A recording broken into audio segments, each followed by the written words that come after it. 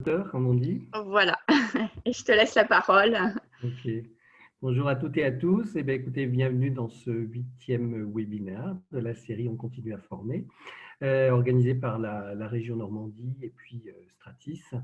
Voilà, et Isabelle Dremont qui est aux commandes. Comme d'habitude, de ces webinaires, enfin comme très souvent, aujourd'hui on va parler des outils collaboratifs en ligne. Comme je vous rappelle que toutes les informations concernant ce dispositif sont sur communautique.normandie.fr et puis voilà, avec les liens vers les vidéos YouTube, avec les webinaires que vous pouvez revisionner. Et puis l'ensemble, et puis évidemment le site On continue à former avec toutes les ressources qui sont en ligne. J'en profite pour dire que je viens de faire un petit focus sur les offres typiquement normandes, puisqu'en fait, peut-être que certains et certaines l'ont déjà vu ou déjà l'ont demandé, mais Éducation Formation, qui est un organisme de formation qui se trouve sur Rouen, propose en fait gratuitement pendant 30 jours l'accès à l'ensemble de ces ressources d'ALIA, qui sont des ressources en fait d'auto-formation avec des petites scénettes très très bien faites sur les savoirs de base, remise à niveau français. Voilà, ça c'est la première chose. Et puis on a l'école de management de Normandie qui propose ses ressources aussi d'anglais et d'espagnol. Et enfin, ce que je trouve très intéressant, on a Ingenium aussi e-learning, Ingenium e-learning, qui est une entreprise normande aussi qui accompagne, je dirais, d'une manière globale, les projets de formation multimodale et qui travaille sur une base Moodle, qui propose aussi à une dizaine, on va dire une dizaine d'organismes de formation normands, si vous le souhaitez, de vous mettre en place un espace sur son Moodle, de vous apprendre à utiliser Moodle et puis à pouvoir commencer finalement à y mettre des ressources, des activités, etc., etc. Voilà. Donc les informations sont sur On continue à former et sur Communautique. Je vais pousser l'information via une news parce que je trouve ça vraiment très intéressant. C'est une bonne manière finalement de se mettre à utiliser un LMS avec un accompagnement qui sera minimal mais qui existera et puis que vous pouvez tout le mois d'avril, en tout cas jusqu'au mois de juin, que vous pourrez peut-être initier si ce n'est pas déjà le cas dans vos structures. Voilà, donc n'hésitez pas soit à l'utiliser, soit à faire remonter dans vos structures, peut-être aux responsables pédagogiques, aux directeurs, directrices, de manière à ce que vous puissiez, pourquoi pas, tester l'utilisation d'un LMS. Voilà. Eh bien, écoute, je te laisse la parole, comme aujourd'hui, comme tous les jours, pardon. Je regarde le chat et puis, au fur et à mesure, eh bien, je reviendrai parmi vous pour soit poser des questions, soit me faire le porte-parole de vos questions. Peut-être remets-le maintenant. Ou tu le remettras, oui, peut-être remets peut-être Ah, le document, tu veux? ouais, le PowerPoint sur le chat, si vous voulez le télécharger à côté, déjà. Ouais, pour les derniers qui sont arrivés, voilà. Sachant que vous pourrez le faire de toute façon dès demain sur le site On continue à Oui, ou former. alors à la fin. À la Oui, à fin, la c'est vrai fin. qu'à la fin, pendant qu'on D'accord. discute, C'est bon. si vous pensez en avoir besoin, faites-nous signe, on le remettra dans le chat. À tout de Voilà, suite. donc, ouais, merci Christophe. Donc, je m'appelle Isabelle Dremont, je suis consultante formatrice basée près de Rennes. Et le nom que vous voyez, Jean-Luc Peuvrier, c'est le collègue qui organise donc également ces webinaires régulièrement pendant ces semaines de confinement. Alors aujourd'hui, on voulait voir une autre thématique avec vous. Et donc, je vais partager mon écran pour passer sur le diaporama. Voilà, donc le titre c'était « Faire collaborer les apprenants en ligne ». On va parler d'écriture collaborative. C'est une technique particulière de collaboration.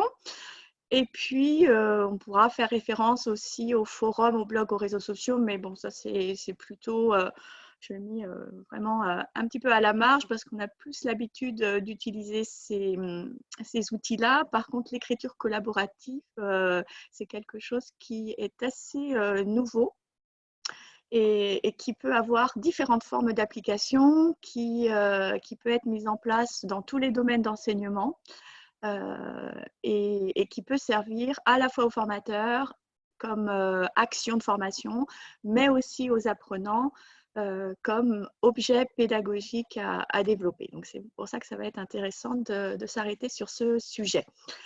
Donc, je ferai une petite présentation sur pourquoi il est important d'amener de la collaboration dans la distance quand on fait de la formation.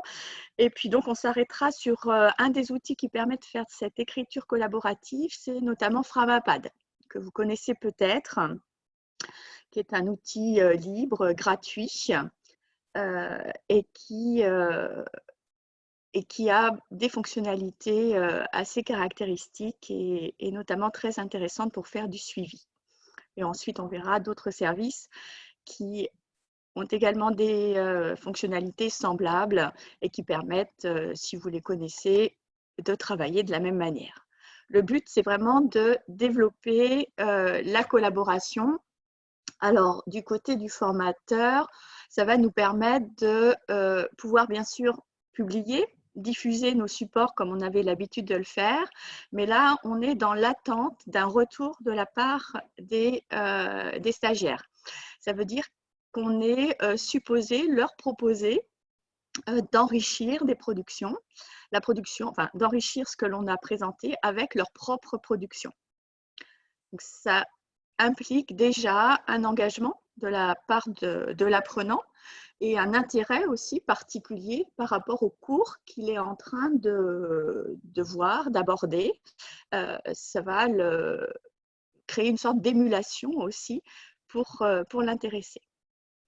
Pour vous, en tant que formateur, ce qui sera intéressant aussi avec ce type d'outil, vous allez voir que vous allez pouvoir suivre le travail de l'apprenant, des apprenants, avec un peu plus de recul.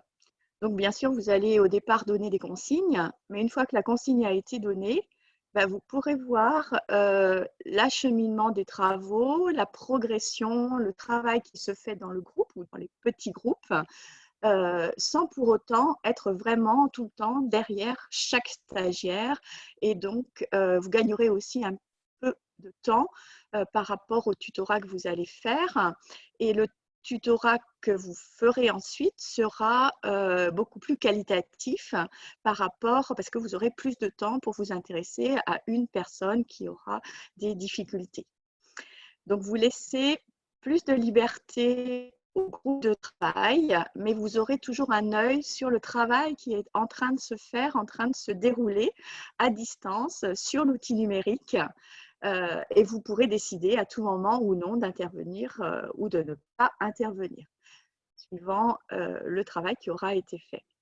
Et la troisième chose que je trouve intéressante également, c'est que les productions de vos apprenants vont tout de suite être rendues visibles. Donc ça, on a souvent vu que rendre visibles les productions, ça permet vraiment une montée en compétence des stagiaires et puis ça leur donne une certaine assurance aussi, un engagement dans leur formation. Donc là, pour le formateur, initier de la collaboration virtuelle à distance, c'est possible et ça va être favorable aussi à l'ambiance de travail. Maintenant, du côté de l'apprenant, pourquoi on va essayer de développer aussi cette collaboration? Qu'est-ce que ça va lui apporter? Comme on l'a vu, il va participer activement à enrichir une séquence de cours.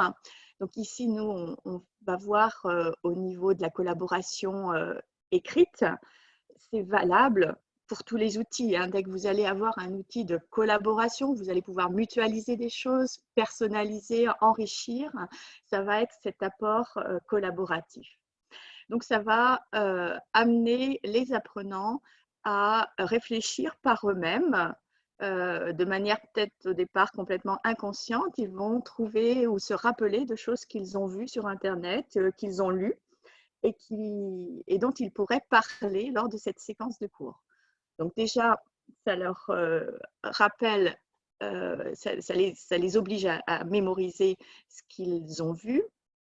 et puis aussi à rechercher, parce qu'ils l'ont peut-être vu quelque part, mais ils ne se rappellent plus forcément si c'était sur un site internet ou si c'était dans un de leurs cours, sur un dossier, dans un dossier.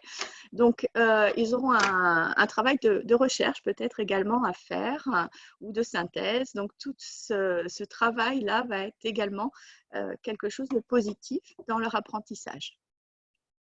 On les responsabilise lorsqu'ils vont écrire, lorsqu'ils vont apporter des éléments d'information, parce qu'ils vont savoir que c'est publié, et si c'est publié, ça peut être lu par d'autres personnes.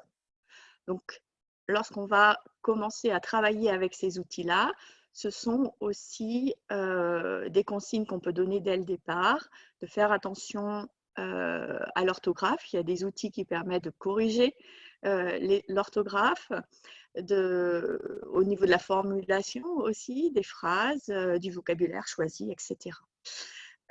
Cette obligation de réflexion avant d'écrire et de publier va leur permettre aussi de monter en compétences. Le point suivant concerne la collaboration avec ses camarades, avec ses pairs. Alors, c'est vrai que ce n'est pas forcément quelque chose d'inné. Ça s'apprend petit à petit. C'est des choses que l'on va mettre en place avec certains exercices. Des exercices tout simples au départ pour arriver petit à petit à les amener à collaborer de manière égale, homogène au sein d'un groupe. Parce que ça va être souvent la difficulté. Il y a certaines personnes qui vont s'effacer dans le groupe et d'autres qui vont être leaders. Et à ce moment-là, on n'aura pas des participations très homogènes de la part de tout le monde.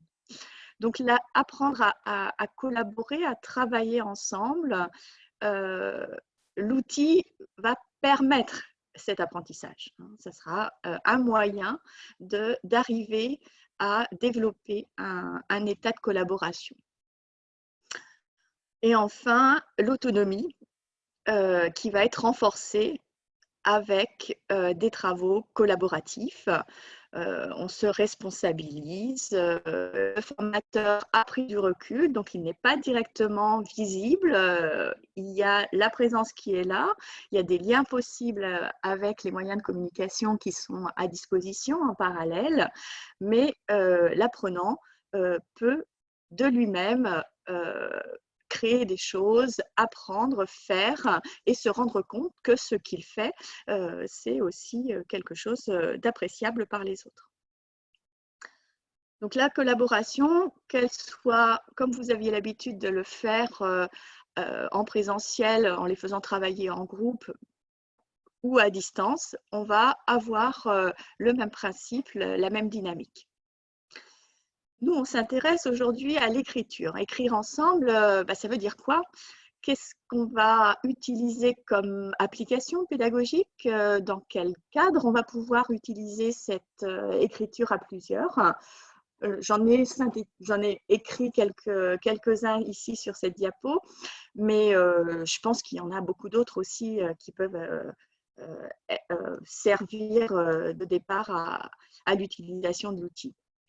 Par exemple, faire une synthèse de cours à plusieurs, raconter un événement, une visite de stage, tout simplement un film aussi qui a été vu, faire un résumé ou raconter avoir un journal de bord aussi à compléter les uns les autres, faire une recherche sur Internet et d'écrire peut-être aussi toutes les phases de cette recherche.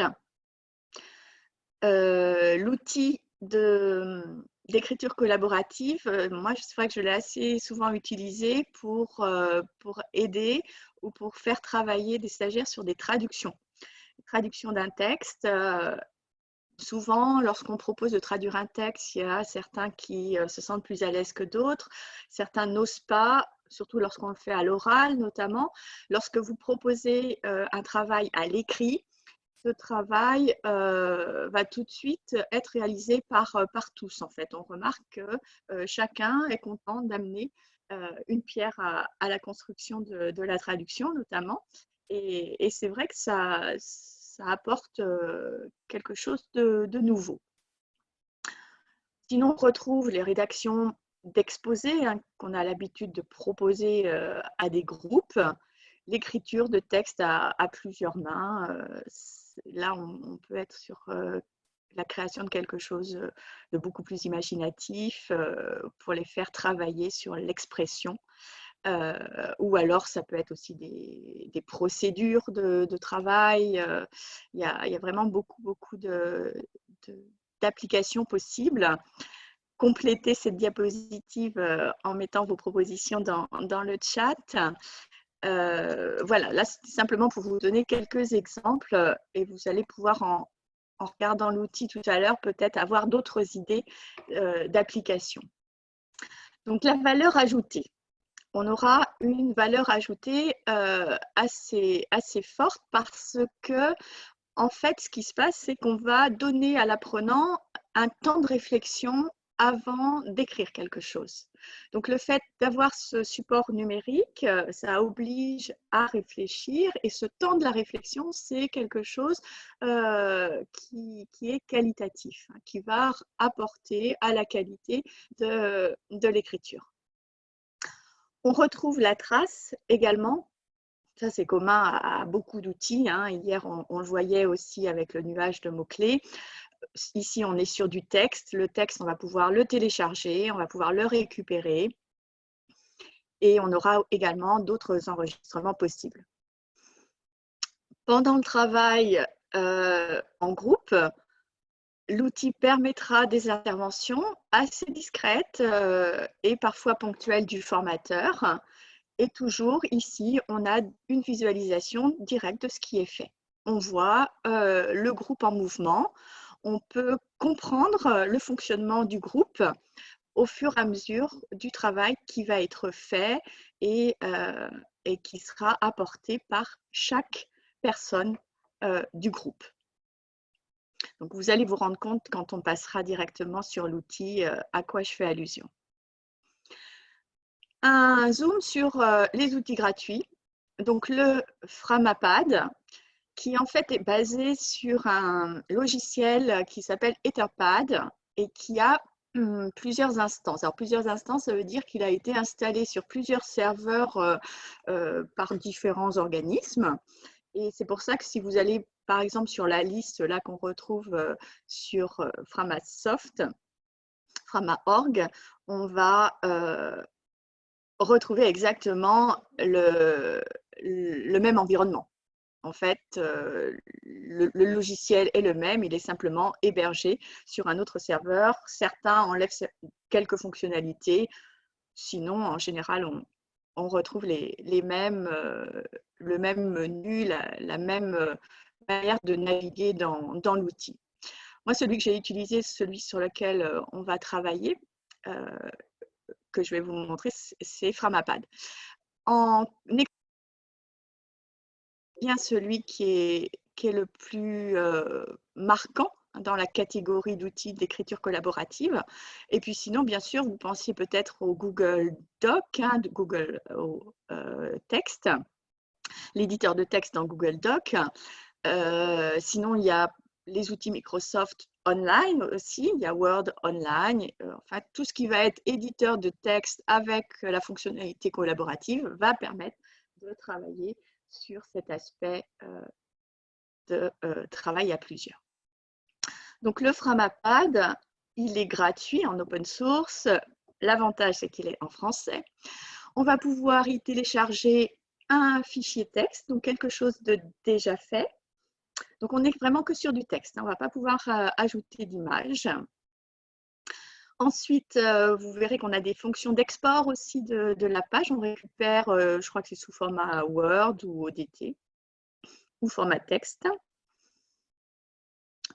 La petite fonctionnalité intéressante, c'est l'enregistrement chronologique des activités et c'est ce qui va vous permettre de voir quelles ont été les réflexions des stagiaires, des élèves au fur et à mesure de la réalisation de leur texte final. On a un chat comme outil de conversation directe. Et comme vous le voyez sur l'image, les contributeurs, les auteurs, vont pouvoir s'ajouter un code couleur. Donc, on peut l'enlever. Il est préférable peut-être de le garder pour voir quelles sont les personnes qui ont ajouté quelque chose. Et tout ce travail qui va être fait sur le pad, on va appeler ça un pad, va pouvoir également être embarqué sur une plateforme LMS. Donc, si vous avez une plateforme, vous pouvez quand même utiliser cet outil-là, bien que vos élèves resteront dans l'environnement de la plateforme, mais pourront continuer activement à modifier leur texte sur l'outil, sur le pad. Alors, pour que ce soit plus parlant pour vous, je vais vous proposer qu'on aille tous ensemble sur une instance que j'ai préparée. Donc, je vais la copier ici et vous la mettre dans le chat. Donc, je vais revenir, hop, enlever le partage d'écran et voilà, pour tout le monde.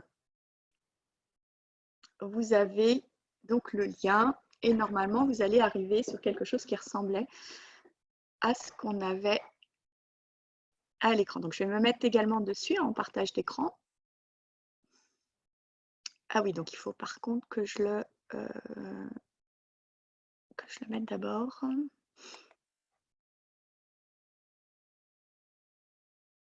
Pour pouvoir le partager avec vous.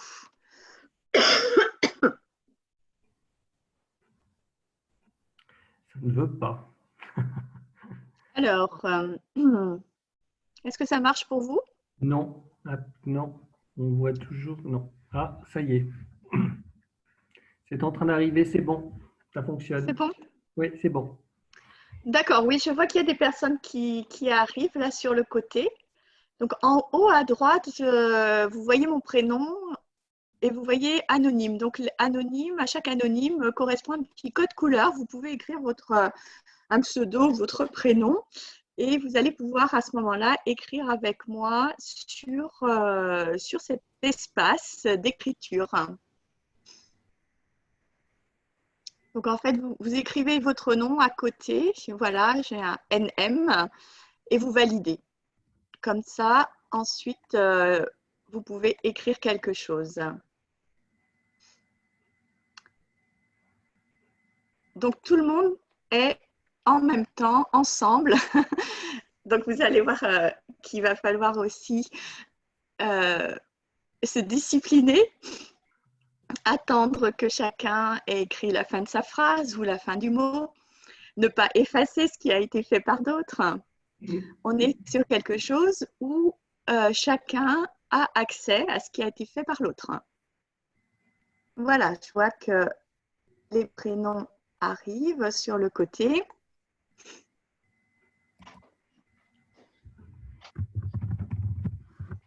Et au-dessous, tout en bas, vous avez la zone de clavardage.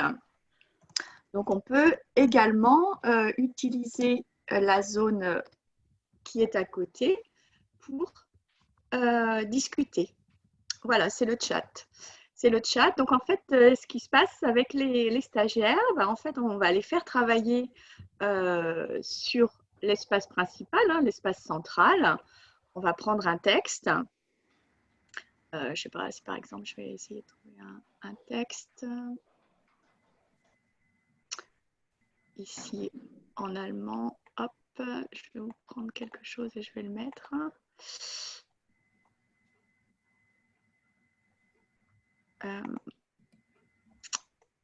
Voilà.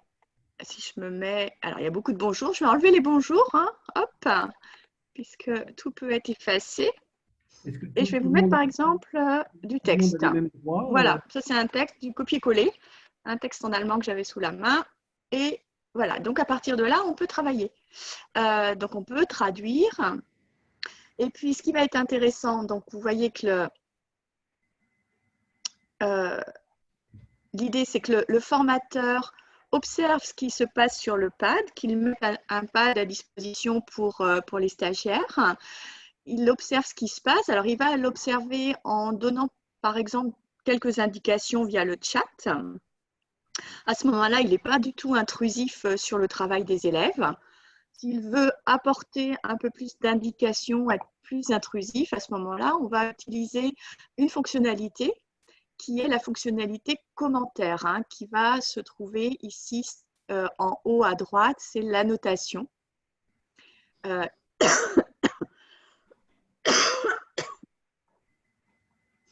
Et la notation permet de choisir un endroit dans le texte et de mettre la traduction, par exemple.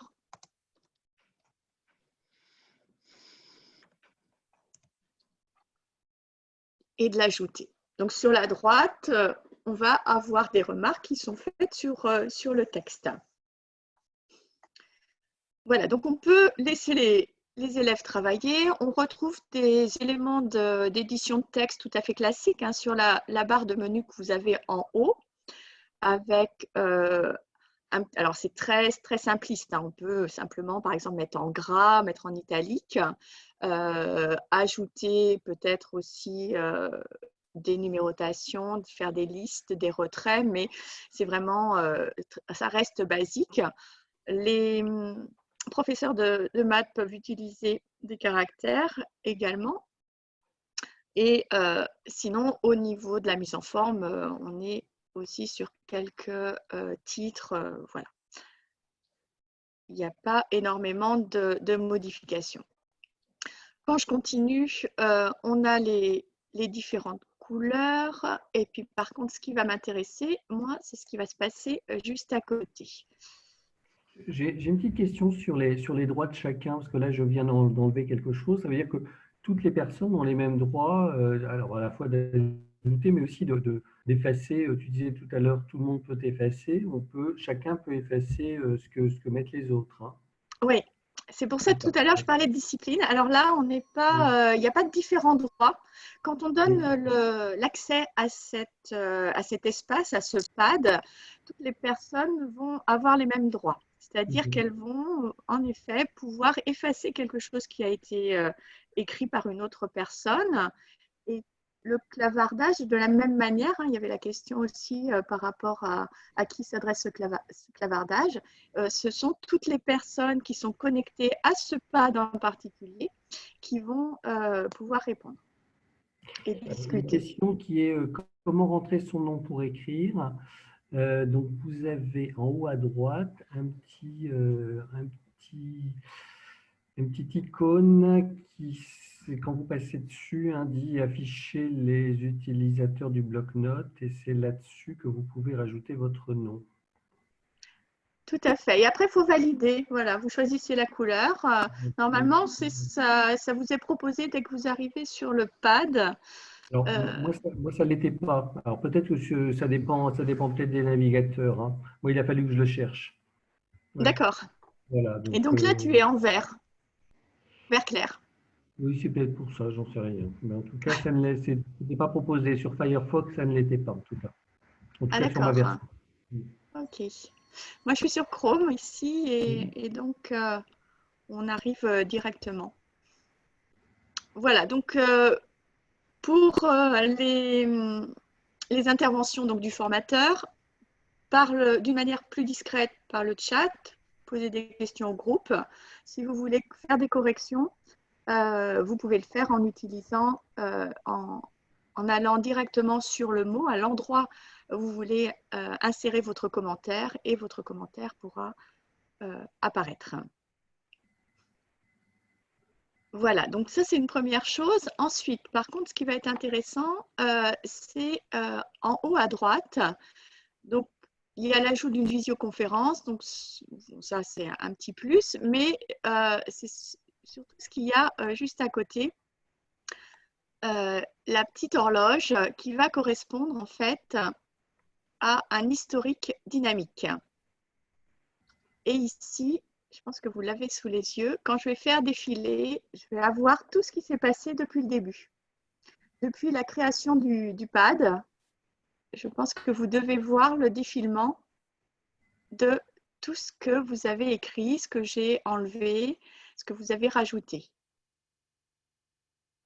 Et en plus, on a les noms des auteurs, enfin, suivant en effet les couleurs et les pseudos que vous avez donnés lorsque vous êtes arrivé sur le pad. Hein. Ça correspond vraiment à ce que chacun va donner comme indication, puisqu'il n'y a pas d'inscription au service. On est sur une intervention directe de la part des stagiaires et des personnes qui participent. Donc ça, c'est bien, je trouve aussi, pour, lorsqu'on est formateur, revoir qui a travaillé, par exemple, ou qui a été corrigé lors de la réalisation du travail en groupe. C'est bon, vous avez pu le voir. Je sais que quand je change de fenêtre, on n'a pas forcément la même vue. OK. Voilà, donc on peut mettre des révisions aussi, des temps où on va qui vont correspondre à des points d'indication. Au niveau du paramétrage, c'est les fonctionnalités que vous allez enlever, rajouter, le surlignage par exemple, ou le clavardage si vous n'en avez pas besoin. Voilà. Et puis, au niveau du partage du bloc-notes, donc le lien à diffuser à vos stagiaires se trouve ici, à cet endroit-là du partage, ou lorsque vous voulez l'incorporer dans votre blog ou dans votre LMS, ça sera le lien qui est en dessous. Alors, on peut afficher le nombre de mots aussi, un petit peu comme Word. Sur cette instance-là, par contre, je ne vois pas l'endroit où on va pouvoir ajouter ou télécharger. Ça n'a pas dû être repris ici. Par contre, vous voyez, vous pouvez faire un copier-coller sans aucun problème. Alors, normalement, il peut y avoir une autre fonctionnalité qui permet de télécharger ce qui a été écrit.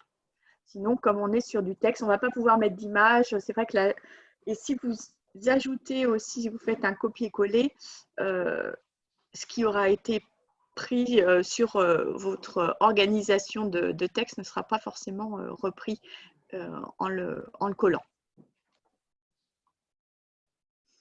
Voilà, donc vous voyez qu'on est à 12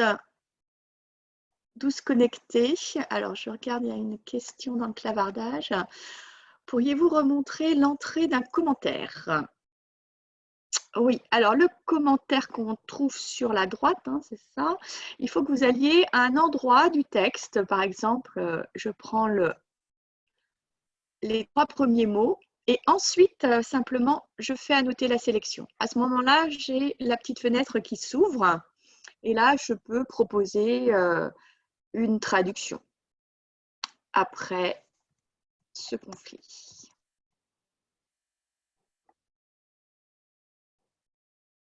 Et je valide. Et à ce moment-là, on voit en passant la souris qu'une annotation a été donnée. Donc vous pouvez le faire. Hein. Moi, je l'ai fait en temps. C'est vrai que je suis administrateur puisque j'ai créé l'espace, mais vous pouvez également vous le réaliser. Oui, je voyais même au niveau des paramètres, en fait, chacun peut changer des paramètres, hein, j'ai l'impression.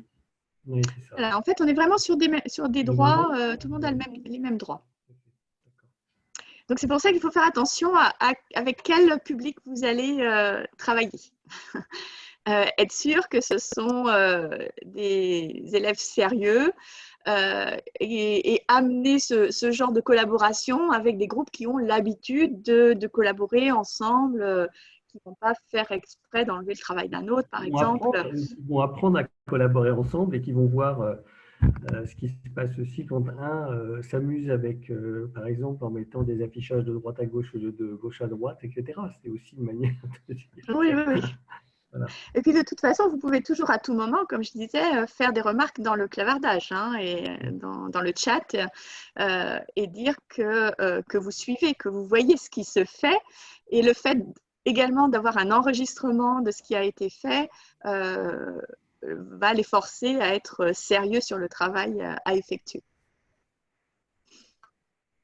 Donc voilà, donc ça c'est vraiment l'outil très pratique à utiliser. Vous voyez qu'on arrive très facilement, il n'y a pas énormément de fonctionnalités, on va directement sur cet outil-là. Et en fait, c'est un ajout, c'est quelque chose de plus interactif qu'un traitement de texte. Et avec toutes le dynamisme et l'interactivité qui fait que ça va peut-être être aussi un moteur d'apprentissage. Il reste, ce pad-là, il reste actif, on le supprime, qu'est-ce qui se passe? Alors, oui, ça c'est une bonne question. En fait, c'est lors de la création du pad.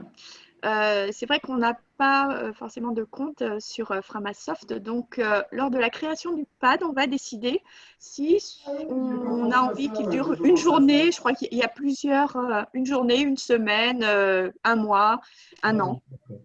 Ok, d'accord. Voilà, ça permet de faire le ménage aussi. Si vous savez que vous allez seulement travailler sur une semaine avec un groupe d'élèves et que de toute façon, ensuite, vous pouvez garder trace, faire une copie de ce qui a été fait, vous pouvez, l'adresse sera supprimée. Il n'y aura plus rien sur Internet concernant ce que vous avez donné comme travail. D'ailleurs, on voit dans l'adresse qu'il y a marqué hebdo.framapad. Ça veut dire que toi, tu en as créé un qui est valable d'une semaine. Qui doit être une semaine, oui. Oui, Je ne me rappelle plus trop. Oui, peut-être. D'accord. Voilà, donc je vais revenir. Ok, est-ce qu'il y a d'autres commentaires pendant qu'on est sur l'outil? Sinon, je vais rebasculer sur la fin du diaporama. On verra ça donc ensemble après, peut-être à la fin. Voilà, et je vais me repositionner du coup. Hop. Sur le diaporama. Alors, il y en a qui doivent avoir des micros ouverts parce qu'on entend des bruits. Oui. Juste à côté. Micro ouvert, non? Pourtant, a priori. Non, c'est bon. On fabriquer un bidon avec une serviette. Ok. Donc, je continue en vous proposant des liens vers des tutoriels qui seront aussi sur On continue à former. Pour Google Doc, on va avoir également la fonction de partage, d'ouverture en écriture ou simplement ouverture en lecture. Les outils comme Google Doc ou Microsoft Online permettent d'avoir un peu plus. Moi, je coupe là, mais je vois que c'est a priori, Catherine, vous devez avoir votre micro ouvert parce que finalement, voilà, merci. On entend quelqu'un derrière. Merci. Voilà. Oui, il y avait des bruits de voix qui se chevauchaient. Il y avait des bruits de voix. Voilà. Donc la différence de Google Doc et de Microsoft Online dans les formats Word, au niveau de la collaboration, c'est qu'ici, on pourra donner des rôles différents aux personnes. Sur Framapad, on a vu, tout le monde a le même rôle, alors que sur Google Doc, on pourra dire cette personne-là est active en écriture, celle-ci sera simplement invitée pour la lecture et ne pourra pas modifier. Donc là, on peut aller un petit peu plus loin dans la collaboration et dans l'élaboration du travail à faire.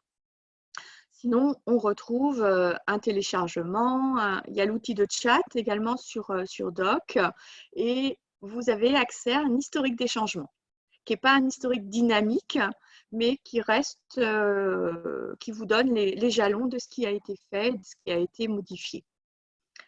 Donc, il y a beaucoup de tutoriels sur le doc. Word Online, c'est exactement votre suite Microsoft, mais sur Internet. C'est très pratique aussi, puisque là, vous allez avoir un accès direct à la collaboration, à la diffusion de vos documents. Et puis, en général, pour inviter à collaborer, vous allez regarder sur les outils, un outil de dessin, un outil de mind map, de carte mentale en ligne, va avoir aussi des fonctionnalités de collaboration. Donc, tous ces nouveaux services sur Internet avec une fonction de collaboration pourront être mises à disposition des stagiaires. Si vous n'avez pas l'utilité de ces services-là, ça peut être tout simplement un blog, puisque le commentaire va permettre à minima d'interagir aussi avec une collaboration possible. Et puis, tous les groupes privés qu'on peut faire sur des réseaux sociaux comme Facebook, WhatsApp, où il y aura des échanges. Donc, ça va être une collaboration différente parce qu'on là, on n'est plus sur des échanges de fichiers que sur une modification d'un même fichier. C'est ça qui est intéressant dans la collaboration directe, c'est qu'on va modifier quelque chose ensemble, hein, un seul document, et il n'y aura pas d'échange et donc de difficulté à retrouver quelle est la dernière version du document. Donc voilà, donc là, ce sont les outils principaux et qu'il faut connaître pour commencer à travailler cet aspect d'écriture collaborative. Et vous verrez, je pense que dans tous les domaines, hein, que vous soyez formateur en cuisine, en français, en maths, je pense que vous pourrez trouver l'utilité à la mise en place de cet outil-là dans une progression d'accompagnement à distance. Voilà, et puis pour finir, une dernière diapositive très importante pour la journée, puisque faites attention à ce que vous aurez peut-être derrière le dos si vous avez des enfants parmi vous. Aujourd'hui, n'oubliez pas, on est le 1er avril. Merci Isabelle. Y a-t-il des questions? 6 degrés. Oui, malheureusement, il fait que 6 degrés. On est le 1er avril, mais le vent a cessé quand même. Moi, j'avais une petite question, parce que tu nous as dit qu'en effet, sur Framasoft, c'était vraiment uniquement du texte. Hein, je crois que sur Google Docs aussi. Est-ce qu'il y a est-ce qu'il y a un outil qui permet de dire, bah, tiens, on va collaborer, par exemple, autour d'une image, tu vois, donner des idées ou d'une vidéo, etc. etc. Ouais. Alors, Google Doc, par contre, on peut ajouter des images. On peut ajouter des images. Là, on pourra ajouter des images. Sinon, il y a celui dont j'avais parlé hier ou avant-hier, Jamboard de Google. Jamboardgoogle.com. JAM, c'est ça? Alors, je vais l'écrire je crois que c'est ça, hein, de mémoire. Jamboard.google.com permet vraiment de collaborer aussi très facilement sans se prendre la tête avec les fonctionnalités. On arrive directement sur l'espace collaboratif et on peut ajouter des images. On peut dessiner aussi pour ceux qui ne sont pas trop à l'aise. Hein. Si vous avez des publics qui découvrent un petit peu Internet, le Jamboard, il est très, très bien parce qu'il permet de dessiner, d'utiliser la souris comme un pinceau, un crayon de couleur. D'accord. Oui, ça peut être sympa, ça aussi. Ouais. Ok. Bon, et bien écoutez, merci Isabelle. Une petite information concernant la fin des webinaires. Donc, nous avons prévu des webinaires 13h30, 14h15 jusqu'à vendredi de cette semaine. Donc, demain, on va parler de LMS, comment mettre un cours sur un LMS Moodle. Voilà. Après-demain, ce sera questions-réponses. Donc, encore une fois, n'hésitez pas à poser vos questions sur les espaces forums, donc continue à former.fr.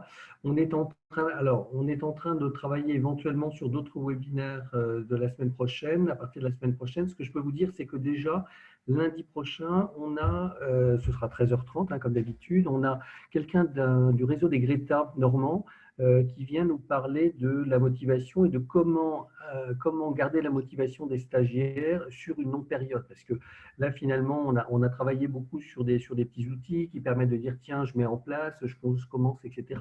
Après, va se poser la question sur un confinement plus long, de se dire comment est-ce que je garde la motivation, comment est-ce que je garde le lien des stagiaires sur, non plus, on n'est plus sur 15 jours, on sera peut-être sur un mois, peut-être un mois et demi, peut-être encore plus. Ah, on t'a perdu, Christophe, on n'entend plus. vous m'avez retrouvé ou pas? On n'entend plus. Ouais. Enfin, moi, je t'entends plus. Je ne sais pas si pour les autres, Je c'est sais la pas, même moi chose. je me Ah, c'est vois et bon. je m'entends. Je me vois et je Ok, m'entends, donc c'est bon, c'est reparti. c'est bon. Oui, C'est donc revenu. d'accord. Donc je disais, donc déjà vous pouvez noter dans votre agenda que lundi prochain on aura ce webinaire. Je vais le mettre à jour sur le site Communautique et on est en train de voir et on va peut-être vous éventuellement si vous êtes inscrit soit on continue à informer, soit sur Communautique, vous posez un certain nombre de questions, vous sondez pour savoir un petit peu quels seraient d'autres webinaires utiles pour vous, encore une fois, sur les semaines à venir. Voilà. Peut-être pas sur le même rythme, etc. à voir, mais on est en train de penser à l'après aussi. Voilà. Merci en tout cas, et puis écoutez, bon après-midi. Merci Isabelle. Merci à vous, merci à tous pour Alors, votre bon 1er avril, participation. Bonne bonne journée Pâques, et testez bien et ces puis à outils. demain. À bientôt. Au revoir. Je vais arrêter l'enregistrement.